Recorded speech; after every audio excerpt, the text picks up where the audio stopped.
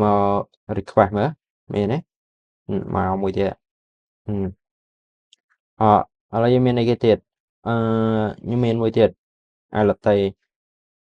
ខ្ញុំ choose latte មួយចឹងកាហ្វេតម្លៃ 2.5 ណា discount 0ដូចគ្នាមកចឹងនៅលើ app យើងណាយើងគួរមានកន្លែង refresh មួយក៏ចុច refresh ផង load មកណាតើឥឡូវយើង refresh app សិនមក